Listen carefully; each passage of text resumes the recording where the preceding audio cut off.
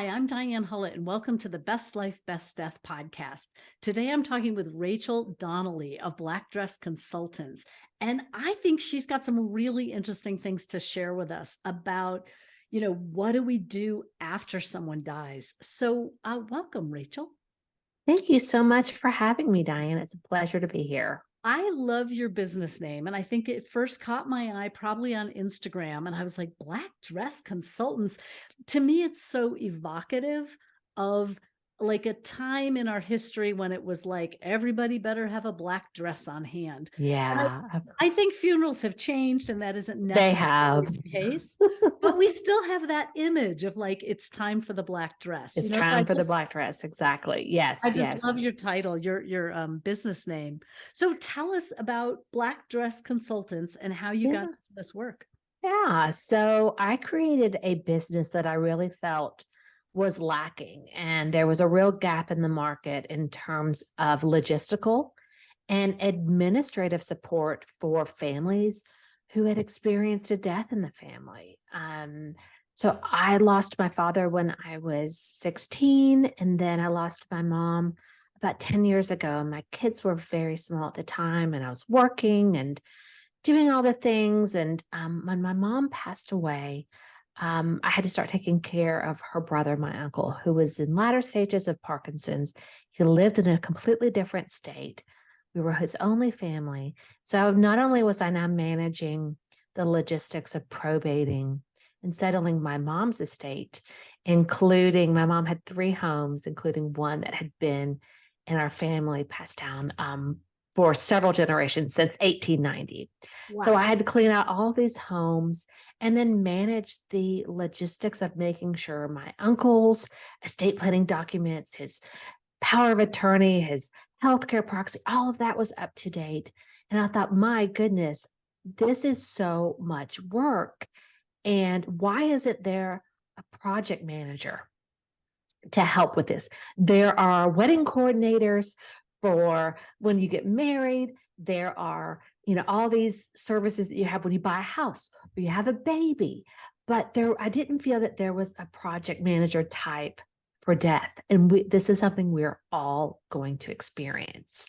So I thought, what am I missing here? Okay, necessity is the mother of invention. I'm going to create it. So I did. And Black Dress Consultants is a nod.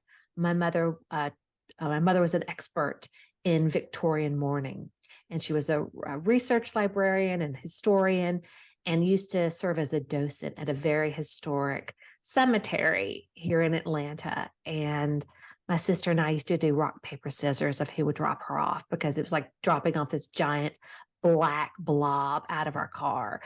So it's really, and there's a great picture on my website of her, a picture that was taken by the New York Times, and of her and all of her gear. So it's really a nod to the traditions of mourning, because it's fascinating when you really look back at that, what women, especially widows, had to go through when they lost their husbands, and all of the rules and processes and procedures. So it's a nod to that. Oh, it's a great nod. And I get that you came to it really through your own experience. And Yeah. I love the term project manager, because you're right. If we Mhm. plan an event, we can call someone in.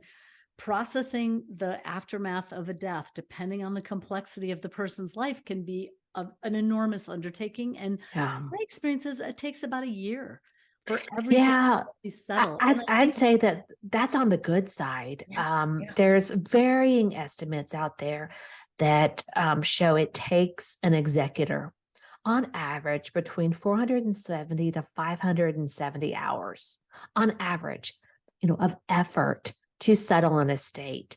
And that's if everything is possibly in line and it's pretty straightforward. Right. My mom's estate took me 7 years before I was discharged.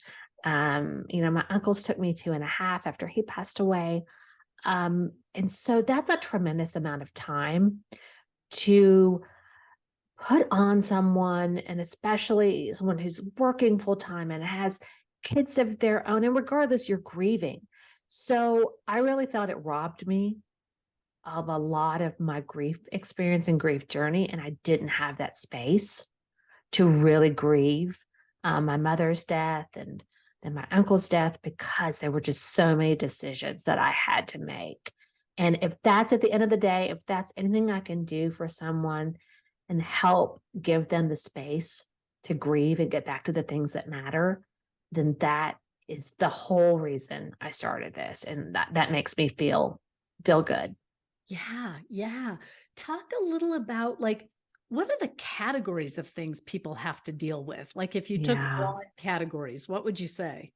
Yeah, so I'd say, it's well, of course, after you've had the funeral and or the memorial service and getting of the death certificate. So it's, the disposition first and foremost. And then, you really have to start marshaling and inventorying all of the assets, all of the liabilities. Is there any property that needs to be secured? Are there any dependents from pets are there any children, of course, at home that need to be, taken care of? And then so start really compiling like all those assets and those liabilities. Where are all of their accounts? Did they have, life insurance? Did they have retirement or 401ks? How did they pay their bills? Um, and were they done online? Will that paperwork come to the house or be mailed?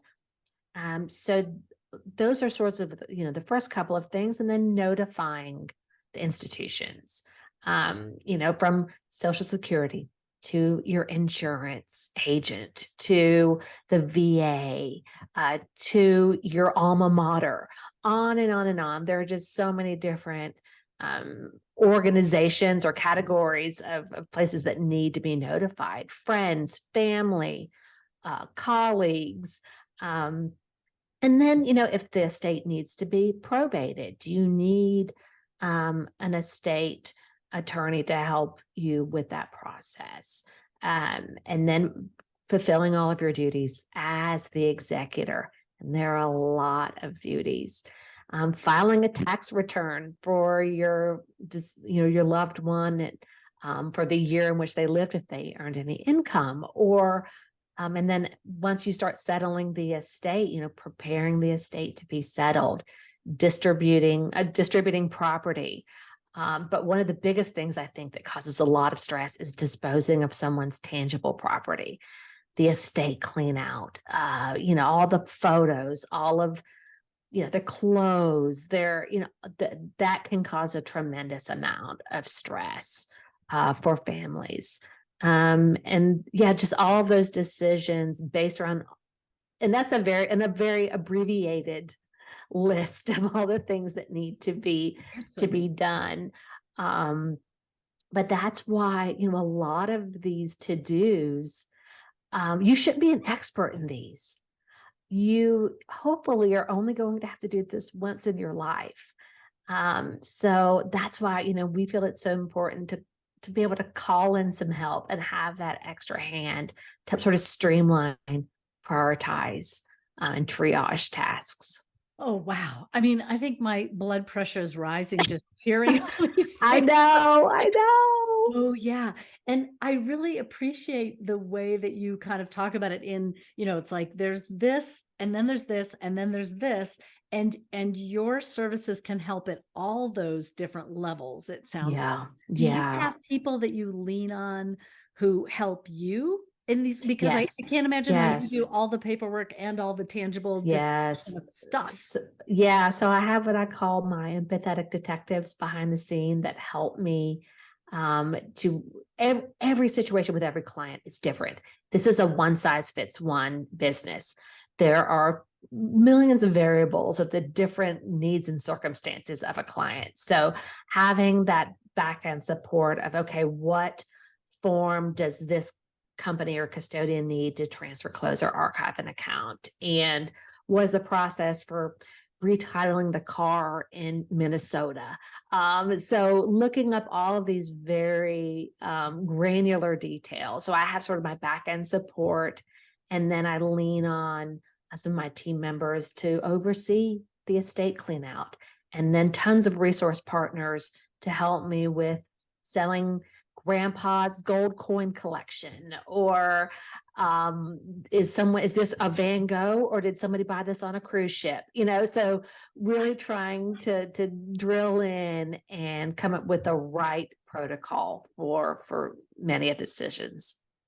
Wow. Right. Because when you think about it, it varies from state to state. Like Correct. a lot of these laws, like you said, how do you retitle the car in Minnesota might be Yeah, different than how you retitle the car in Atlanta. And for sure, it's correct. a different form. Correct. Yes, yes. So everything is different. Every process is different. Every state has their different terminology and jargon. I mean, probate, I think, is already such a mysterious process to many people. And while I'm not an attorney, I help clients to sort of demystify, sort of break down that process under the guidance of an attorney if they are going that route, to help them fulfill their duties and sort of help simplify it. Wow. Simplify it. That's really what you're trying to do for people. You're trying Yeah. to say this is a complex process and I can help you simplify it. Yeah. What, like what, how, I almost want to say like from X to Y, like what is the range of what you've seen? Oh my goodness. um, I did this post not too long ago about the presumed superpowers of executors, that, when someone dies, that they're expected to be mind readers, so making these decisions of that they don't know what their loved one would have wanted. Like I said, is this a priceless piece of art, or is this complete junk? Um, So, there's that. So don't expect them to be a mind reader or an art appraiser or anything, like an antiques dealer. So, there's been so many things that I've had to deal with that really heartbreaking, issues that keep me humble. Um, many of the aspects that cause a lot of complication these days is not having your digital estate organized. And what I mean by that is, it used to be when we would settle an estate, you could sit at home and wait for the mail to come, and you could sort of do that inventory of all of their assets and all of their debts. Our lives are, we get electronic statements. Our lives are in a cloud. Our lives are on a computer or a external hard drive, or an unlocked code to your phone that may have your photos, your videos, things like that. So your digital assets are a huge component of not only your estate planning, but then settling an estate. And so I've seen many heartbreaking instances where a loved one didn't have the unlock code to their loved one's phone, or know how to access their loved one's computer. Um, or if they were a sole proprietor of a business, who owed them money? Who did they owe money? Where did they do their banking? Was there life insurance? And then, like I said, what would they have wanted done with their belongings? Did they want a certain person to receive that old beat up truck in the back that maybe we don't think is a lot, but was important to them for some reason? So, like I said, there are so many different variables that, with better planning, better documentation, being more intentional, can really help to prevent. I call them dumpster fires. I like to say that I help prevent or manage dumpster fires. Do many people call you ahead of time? So about 30 to 35% of our clients are in what I call the legacy planning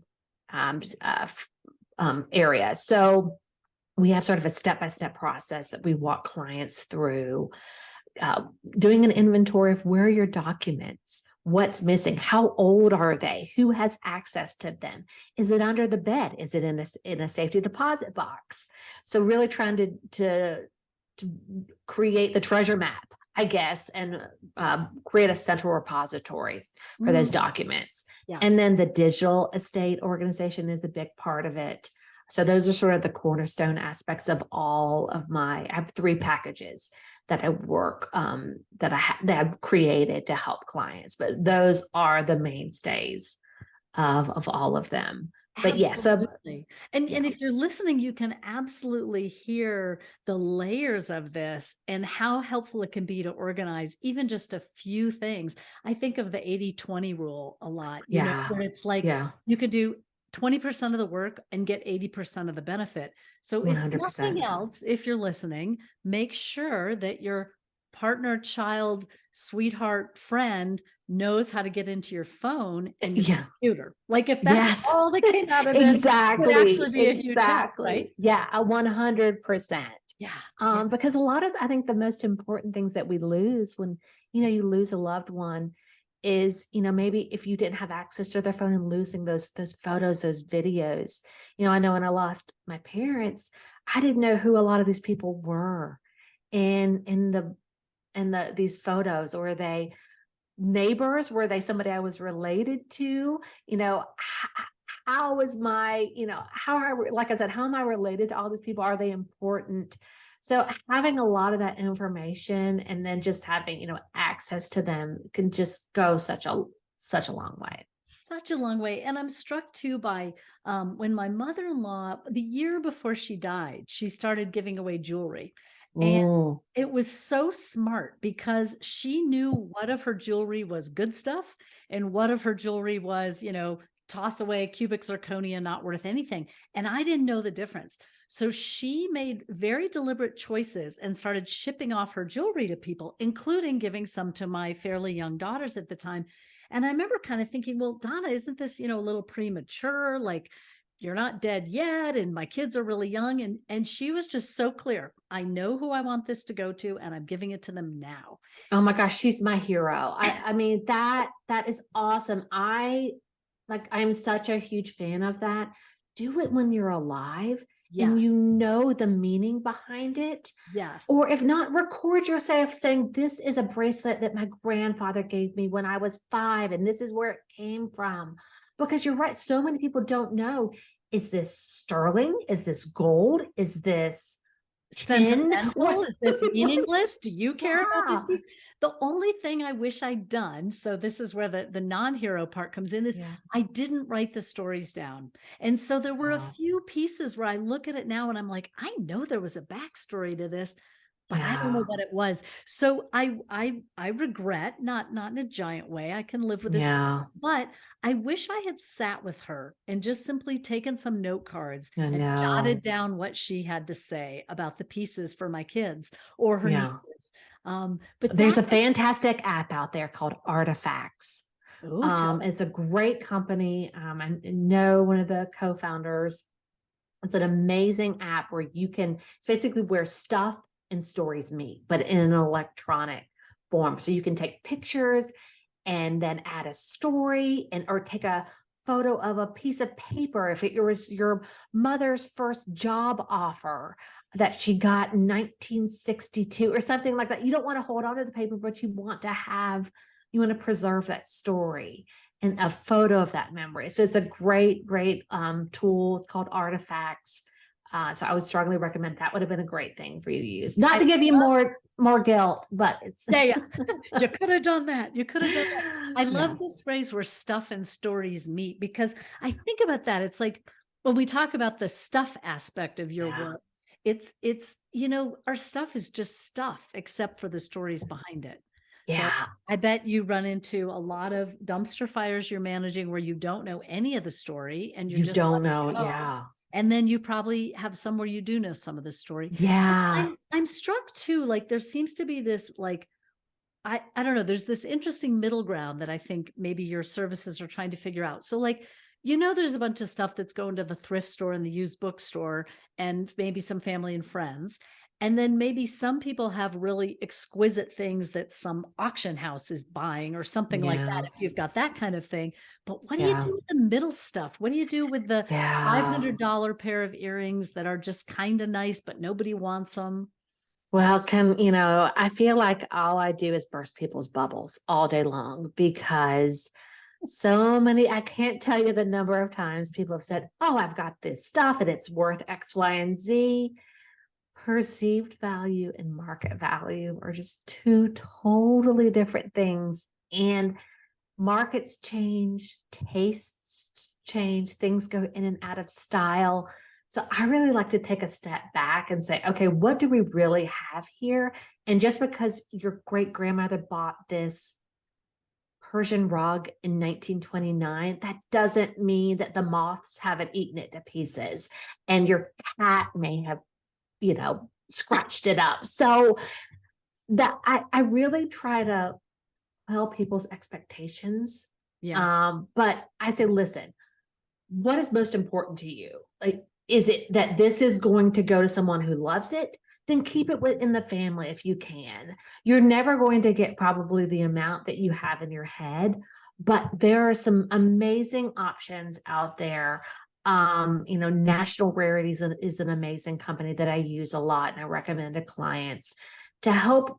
They will take a look at, a lot of the things and the main things that I see in houses: coins, jewelry, antique toys, things like that.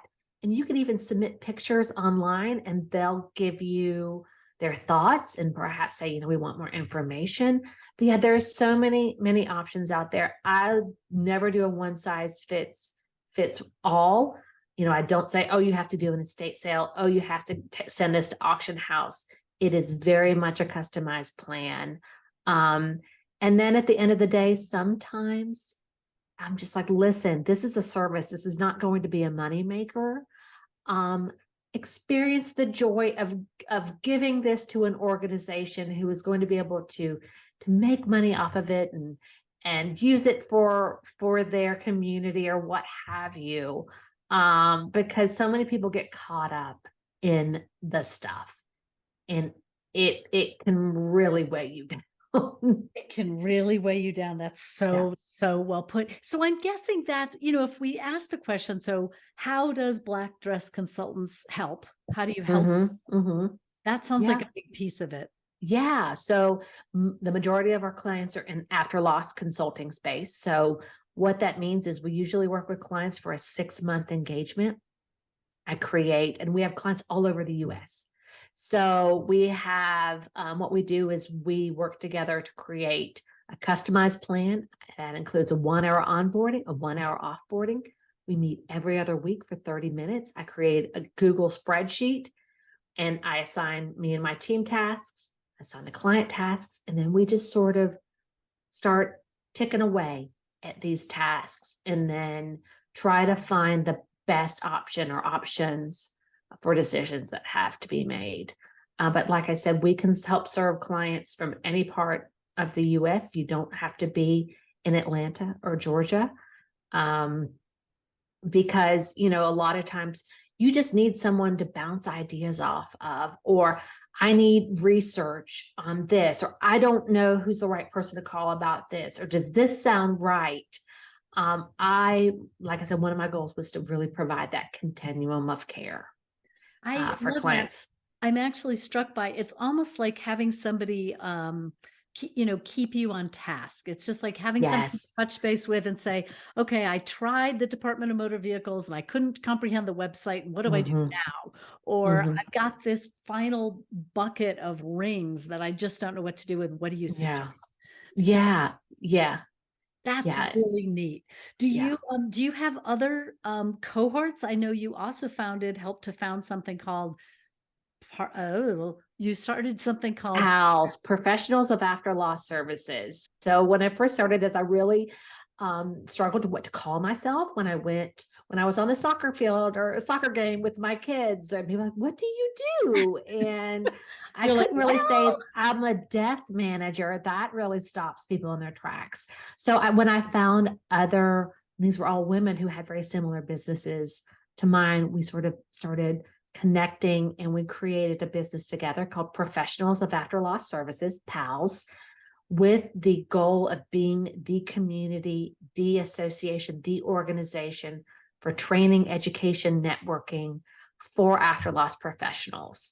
So we are about to launch our spring cohort. We offer our training program.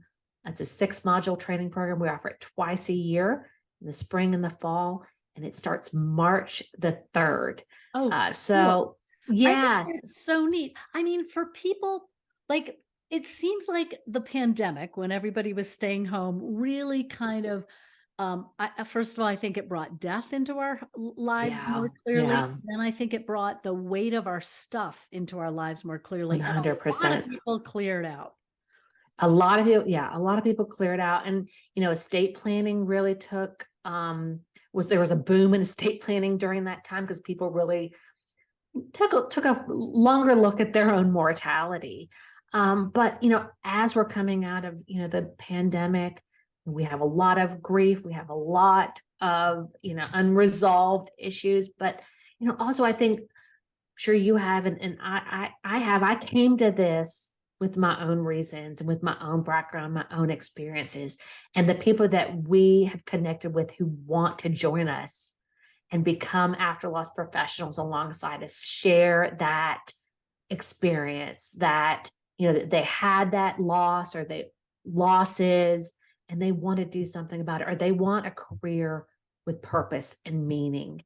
And we are giving you the easy button to teach you how to be an after loss professional in weeks, rather than the fumbling and the bumbling and the mistakes that we all collectively made. We feel it is so important for there to be trained, ethical after loss professionals out there. This is a service that everybody's going to need. They just don't know they need it yet. They just don't know they need it yet. It Yeah. strikes me as so perfect for people who love organizing. Like, this is like Yes. different niche for organizing. Yeah. And oh yeah, I just love this. So you're providing a service of training people as well as providing a service to families.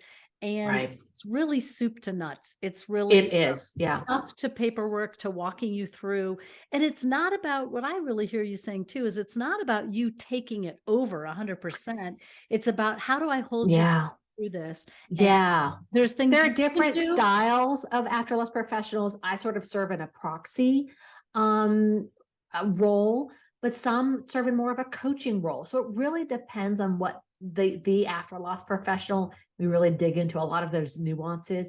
But yes, I mean, and it's really also up to the client. What do they need? What is going to best suit their needs and circumstances? So we really try to meet that client where they are. Well, thank you so much, Rachel. I just think this is such an interesting niche, and really appreciate your time. Yeah, thank you so much for having me. As you can tell, I get really passionate about this. I could probably talk about this for hours. So It's I great. appreciate your time. It's great. Well, you can find out more about Rachel's work at blackdressconsultants.com with an S on consultants. And you can Mhm. find out more about the work I do at bestlifebestdeath.com. Thanks so much for listening. Okay. So I'm back for some bonus time with Rachel Donnelly of Black Dress Consultants. Hi again, Rachel. Hello again. So what is really grabbing you right now in books or social media? Oh my goodness, you had to put me on the spot, didn't you? Does it have to be books that are related to Oh, let's see. I'm reading a really great book called Lessons in Chemistry. I And it's read that book. You What read a that? Oh, delightful book. Totally yes. delightful novel. Yeah. I loved it. I'm also thinking about that this will be a great book for my daughter to read in a couple of years. It is I think laugh out loud. Yep. it is laugh out loud. It's really, really good. And, having gone to a women's college myself, I'm always such a big advocate of women going into whatever profession, whatever line of work, Yeah. really dominating in wherever they see fit. So I really loved it. What was your background? Where did you go to school and what did you study? So I went to a women's college in Decatur, Georgia, called Agnes Scott College, and I thought I wanted to be an attorney and studied political science. And then got out of school and fell into a career of higher education nonprofit fundraising. So I did fundraising for the majority of my career. And Interesting. then, Which is event organizing. I mean, I yeah, would say yeah, a of lot of that's it, a event lot of it. Yes. or program managing. I mean, Yes. Yes. So, did that for the majority of my career until I decided that I just had to start this business and took the leap jumped off a cliff without a parachute and just started my business. I feel like it's a lot like having a child. Like you don't know what you don't know when you start a business. You don't know what you don't know. So You true. When did you start? What year? 3 years ago this Yeah. month. So I Wow. started in January 2020. It was, I think, both serendipitous and ill-timed. So, but there's never a good time to start a business. That was perfect. But yeah, it's been amazing. Do I'm, you market? Do you advertise, or do people just come out of the woodwork? the majority of my clients come from estate planning or trust and estates attorneys, financial advisors is my number two, and then sort of word of mouth. Yeah. It's once a client has used me and they have someone in their life who's experienced a loss, they're like, oh, you've got to call Rachel. Yeah.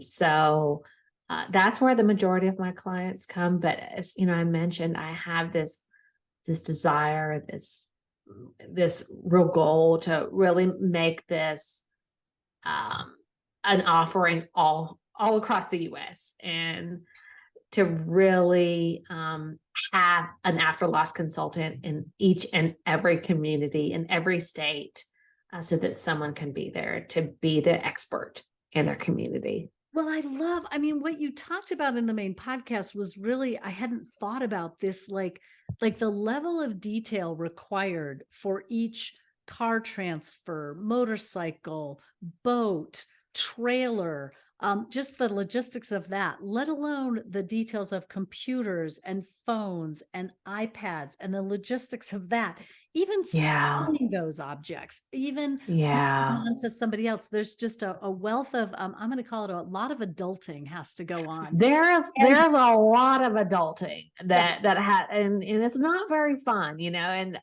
when I walk my clients through sort of the planning curriculum, the legacy planning, I'm like, y'all, this is not fun. I'm going to go ahead and tell you, I'm going to try to put the fun in funeral, but there is no fun.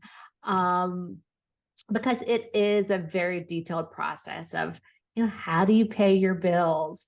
Do you have, a Cash App, a Venmo? What's your social media presence? Do you have Facebook?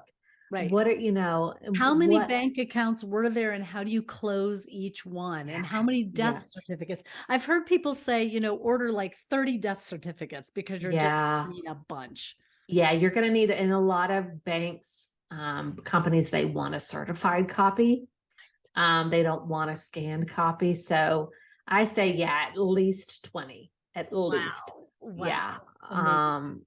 And, as we're moving into, having to work with a lot of these big tech companies to request digital assets on behalf of a decedent, they really want that paperwork that is, legal and they can verify, and all of things. So Well, yeah, that I love the idea of like you in every major metropolitan area with like satellite octopus arms of people helping you. Do some of your assistants in your back office, are they virtual or are they all there? yeah, they're all virtual. Isn't it Yeah. amazing, the world of Yeah. virtual assistants? I know, it really is. And that's what I also think helped me during the COVID pandemic, was that people got so used to receiving support, meeting professionals, working with others on Zoom, online, Yeah. and it's just become